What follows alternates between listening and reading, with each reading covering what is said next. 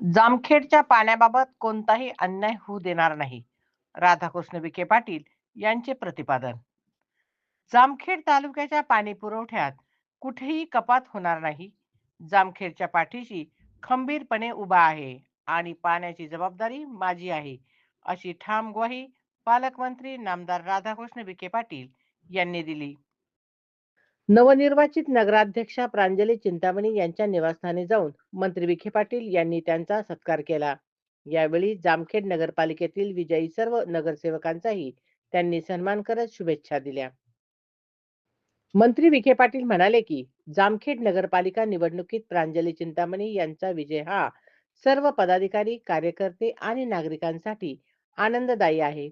जिल्ह्यात झालेल्या नगरपालिका निवडणुकीत भाजप महायुतीला जनतेने मोठे पाठबळ दिले असून मुख्यमंत्री देवेंद्र फडणवीस यांच्या नेतृत्वाखाली भाजप राज्यात प्रथम क्रमांकाचा पक्ष ठरला आहे. जामखेड नगरपालिकेत नगराध्यक्षा आणि त्यांच्या सहकारी नगरसेवकांनी मिळवलेला विजय ऐतिहासिक असल्याचे त्यांनी नमूद केले. विखे पाटील म्हणाले की आमदार सुरेश धस यांच्या पाणी योजनेमुळे जामखेडच्या पाणी पुरवठ्यावर कोणताही परिणाम होणार नाही. तालुक्यातील जनतेवर अन्याय होऊ न देण्याची जबाबदारी मी स्वतः घेत असल्याचे त्यांनी स्पष्ट केले.